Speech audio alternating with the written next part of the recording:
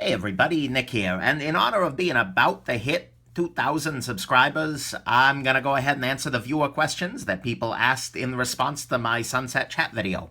But break this into two videos. The first one is about the gear itself, the questions people asked there, and the second is about the Nick and about the channel.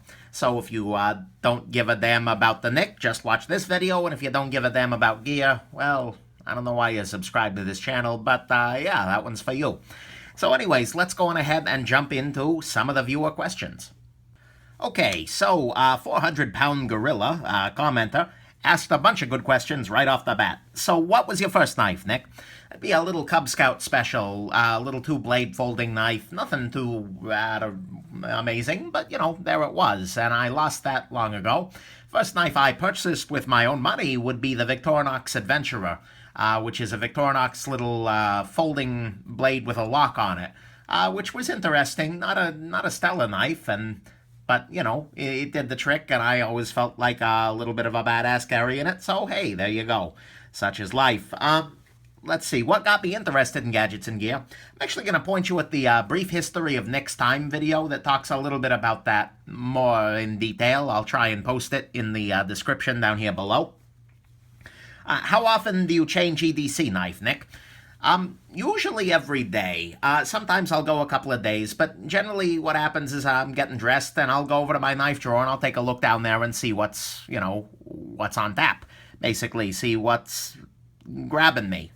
And think about kind of my uses for the day. Oh, well, I'm probably going to have to be cutting some foam or something like that. Then I might grab something a little different. But anyways, that's how I make the choice. And it's mostly as the spirit strikes me. So, you know, who knows? If I'm doing a review, though, if I'm preparing to do a review, I will very often be carrying something that is specifically for the review. And I'll do that for, well, basically as long as it takes for me to feel like I've got a good sense of it. So, yeah, there you go. And I actually do the same thing for watches and for pens as well. So I will, figure out every morning, okay, which watch. And that's less functional and more fun, but hey, there you go. So, there you go. How many knives do you purchase in a day, week, or month? Oh, nice try there, Nick's fiance. I see what you're there. Okay. More seriously, usually it works out to about one a month. I'd say on the average. Sometimes it's a little bit more, sometimes it's a little less, and I will often pick something up if I see a great deal on it in the forum that I know I'm going to review, but it isn't for the permanent collection. Where I just don't necessarily see it.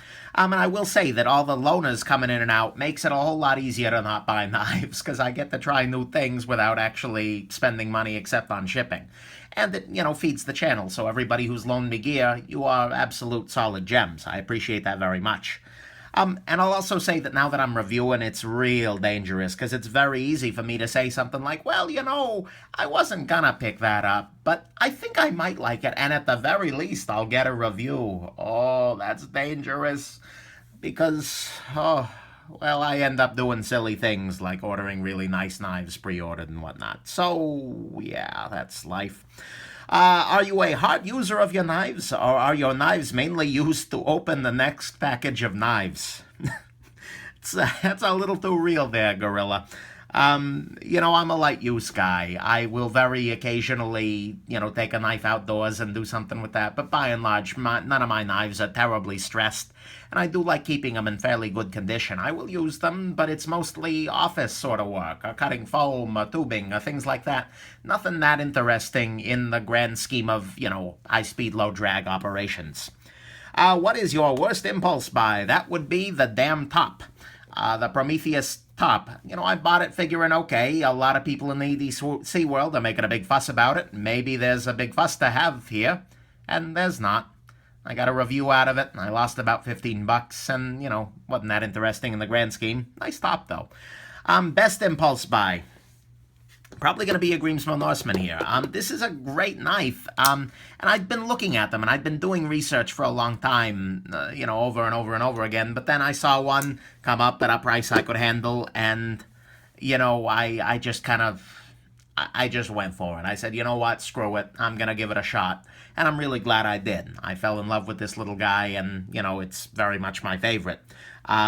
So there you go. That would definitely be my best, what the heck kind of buy. How do I research my next purchase? Honestly, I watch a lot of YouTube reviews. As silly as it sounds, I am checking out other people. Skelton's always good for an optimistic review. He will give you the good, period. The Apostle P, who else? God. TGV, the Urban Gentry guy on watches. There are a bunch of other Snuggle Bunny, Epic Snuggle Bunny. There are a bunch of people out there doing reviews that can be interesting, and even just random people who throw on a camera. If you got something I'm interested in, that's great. So there you go. I also do a lot of looking on forums. So on your Blade forums and your Reddit, I spend a lot of time searching things there and seeing people say, oh, well, it's a great knife, but... And if I can see some ugly there, then that's a beautiful thing. And then I also look at spec sheets, because at this point in time, I know enough to realize that, 6 ounces, that's gonna be big. And kind of I know my tastes. So there you go. That's kind of my research process. And honestly, part of the reason I got into YouTube reviewing is that there aren't that many good reviewing out there. I mean, there are people who do it, but a lot of it tends to be on the higher end. And when I was looking, for instance, for the Chris Reeve tie lock, I couldn't find anybody who was answering the questions I wanted to hear. And so, there you go. So, thank you very much, Gorilla, for those questions. Let's jump on. Birdshot the Fourth asks, how long were you into knives before you bought your first custom knife, and what was it? So I would say it was about 5 years into my knife journey, so to speak. And, that's from counting when I really started doing research. When I went from just carrying one regularly or carrying a multi-tool to, knives are really interesting. And so about 5 years after that, I got a John Graham fixed blade. And you can actually see it if you do Nick's Thoughts on Value way early in the channel's history. I've got it pictured there. It was a great knife, but I just never carried it because a fixed blade doesn't make a whole lot of sense to me, even as a pocket-size fixed blade. So I ended up selling that one to free up some funding, and I've bought 3 other customs since. I got a John Graham Custom Warncliffe, which turned out not to be my style. It was one of those where the pictures looked really great, and the knife was really great, but when I got it, I realized it just wasn't me. I picked it up in kind of a lottery thing, and, nice knife, but it wasn't me, so I sold it on to the next guy, and, that was beautiful. I also got my Norseman, I'd say, is a custom knife, and that's my second custom purchase, and, well, no, my third. And then my Anthony Griffin custom knife here. I think I'd be good at this, but it's hard to do it at an angle facing under the camera. This is my first custom for the Nick custom knife that was custom built for me. And so, there you go. Steve Wellborn asks, if you could only have one knife and had to sell the rest, which knife would you keep? Amazingly, probably going to be a Spyderco Delica, because this is the best all-around knife in my collection, period. There's not a situation in which the Delica is really, really poorly suited. And, so if I could only carry one knife for the rest of my life in any situation, it'd probably be the Delica. Just because it's so cheap to replace. It's a beautiful thing. I'd still be very sad, mind you, but there you go. Tony Hofflinger asks, what is your go-to sharpening method or routine? So I use the Edge Pro. I started off with flat bench stones, but I don't quite have the hand-eye coordination to maintain those really perfect bevels. I got mad respect for the people who do, but I don't have it. And then I went to the Sharpmaker, and that wasn't quite enough power. So I went to the Edge Pro, and usually my routine is that if I know I've got knives to sharpen, whether it's ones in my personal collection that need a little love, or, loaners that people have lent in exchange for some sharpening, I will just, sit down on the kitchen table on a day I've got 3 or 4 hours and put on some really crappy reality TV, like Deadliest Catch kind of bad, and sharpen all the knives that need the sharpening. And it's kind of a joy, I'll be honest. I come out of that a much happier person than, well, pretty much any other time of the week. So, such is life. That detailed-oriented, it's a Zen thing, I suppose. So, there you go. And most of the time, for knives, I will try and avoid sharpening them whenever I can. So I will use a strop, which is currently in the other room, but that's okay, to maintain the edge. A strop with some 0.5 micron and 1 micron diamond paste on there, and that really saves me from having to sharpen all that often, especially with your high-end steels that are going to keep the edge forever. Moving on. So C. Bridgman asks, can you review a Microtech Ultratech? And this is very common. People will talk to me about, oh, you should review this automatic or that automatic. So, in practice, I've handled an Ultratech. It's a very nice little knife. It's got really good action. I did prefer the Troodon, by the way, the Microtech Troodon. I got a chance to play with both of these at Blade HQ here recently. But honestly, you're not going to see automatic reviews on my channel really, particularly in the future. I borrowed a friend's Lightning OTF to do that review, but autos are illegal around these parts, and honestly, they're just not that appealing to me. I don't see the need for an automatic knife when flipper knives are just it's just basically a lot easier. There's no real functional difference there, and there's a whole bunch of legal difference, and honestly, like I said, you add a bunch of complexity that I don't feel you need to. So autos just aren't a big part of my everyday carry or my everyday life, and I don't see that they need to be. So I'm probably not going to do any auto reviews here. Maybe it'll change in the future, who knows? But for the moment, I just don't see it. So there you go.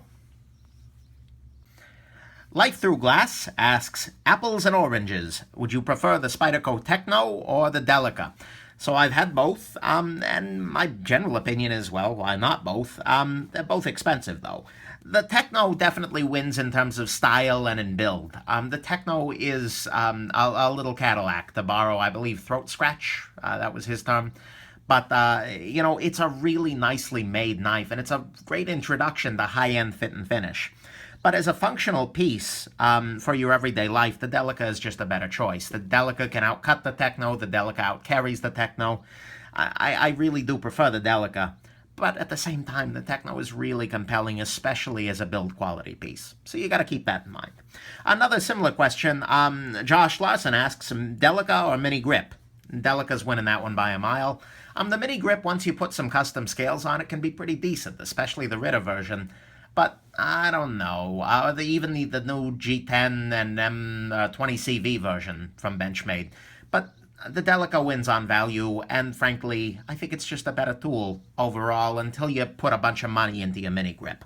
So there you go. The Great White Hope 77 asks, the Nirvana by Spyderco, he's meaning, will be out real soon, and it's hard to imagine they would mess it up in any way at all. Will you pay full retail for it?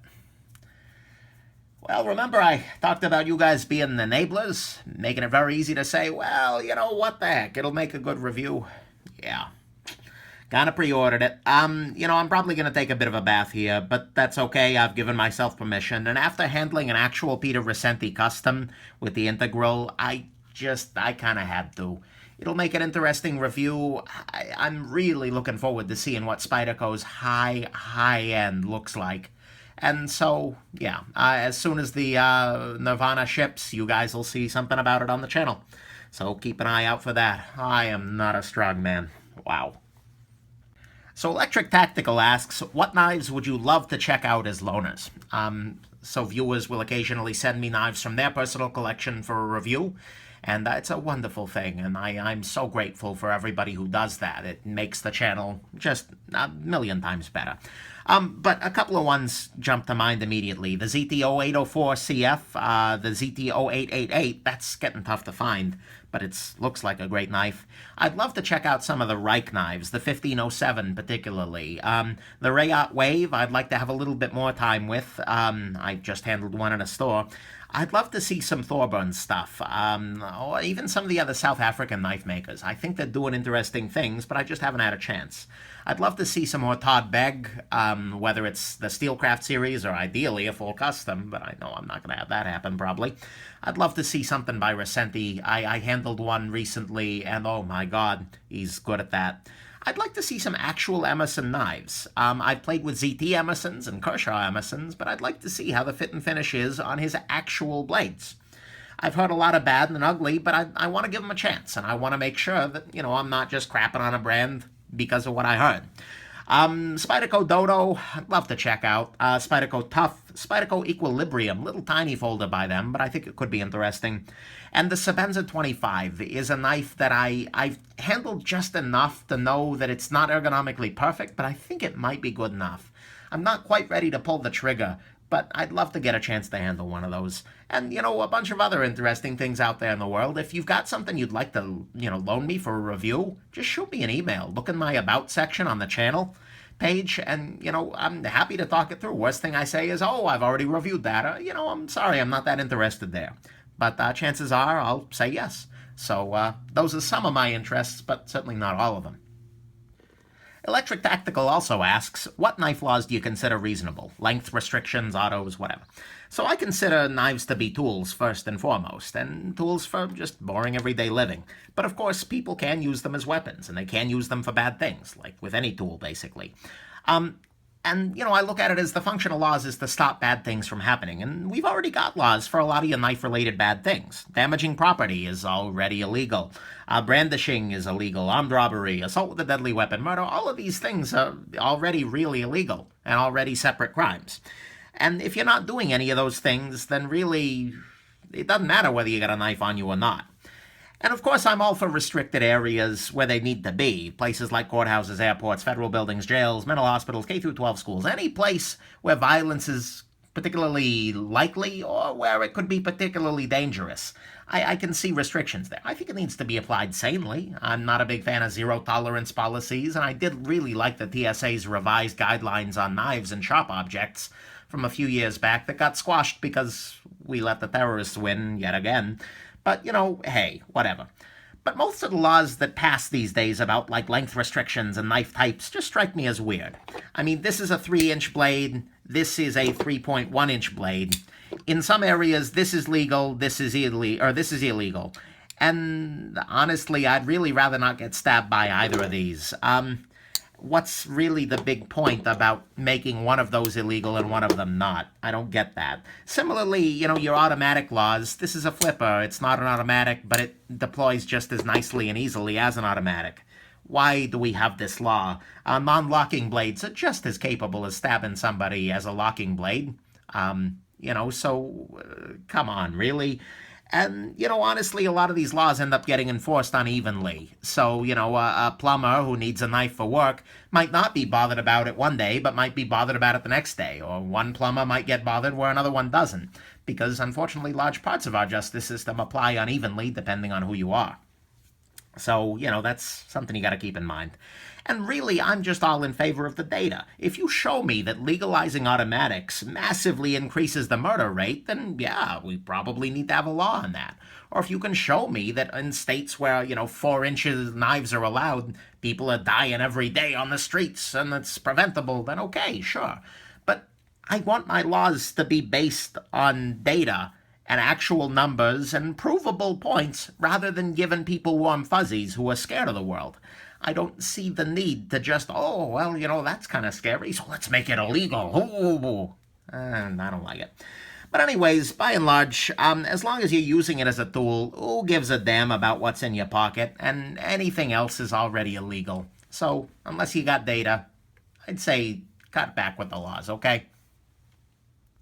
On a somewhat lighter note, Real Bush Monkey asks, do you have a secret passion for the Z-Hunter, but you just don't want to be judged by the community? Like maybe you walk around with a ZT in your pocket for people to see, but when you actually need your knife, you take a quick look around to make sure nobody's watching, and then bust out the Z. Maybe hold it up like He-Man with his sword, use it, give it a little kiss, and then tuck it back into your pocket like your own special little knife secret. Sorry, that's a stellar question. Yeah. Busted. I don't know.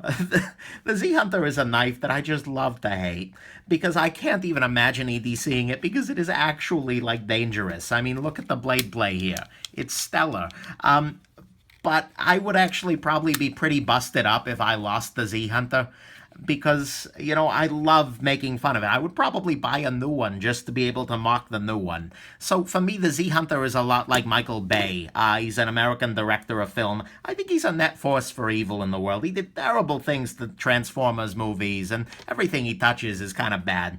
But I mock him at every opportunity, and because I so enjoy having this vendetta and mocking him, I would hugely mourn his passing. Other people have seized on my love of the Z-Hunter brand. And Rithia Hong asks, so the makers of Z Hunter come to you and say, Nick, since you've been such a fan of ours, we want you to help us build the perfect knife. What would you have them build in terms of steel, blade shape, length, locking mechanism, scale material, the name? Rithia suggests the Shabazinator Tactic Ultra OX001, more green skulls, etc. Okay, I'll answer that. I would want zombie green anodized titanium scales, with skulls milled in, of course, although, I mean, this kind of 3D milling is not cheap, so it might have to be a little lesser than that.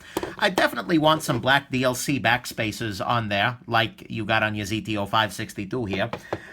It would have to be an axis lock flipper, like the Benchmade 0500, but that's... was it the 0300? I forget. Either way, it was a piece of crap. But I'm used to axis locks that are built with terrible manufacturing tolerances, so it would just feel like home. No? Sorry, Benchmade. I couldn't resist. You would have to have a 4.5-inch S35 VN blade, but it's Z Hunter, so it would probably actually be 440C. They'd just print S35 on the side.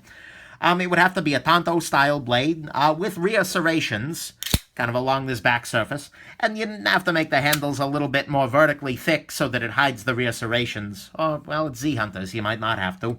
I'd probably want mirror-polished DLC, like Rockstead does, but it would be very poorly done because it's a Z Hunter, and that would really add to the joy.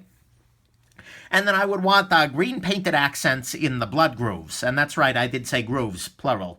And the name, you know, I kicked this around for a while, but I think I'm going to have to go with the Shabazard sword.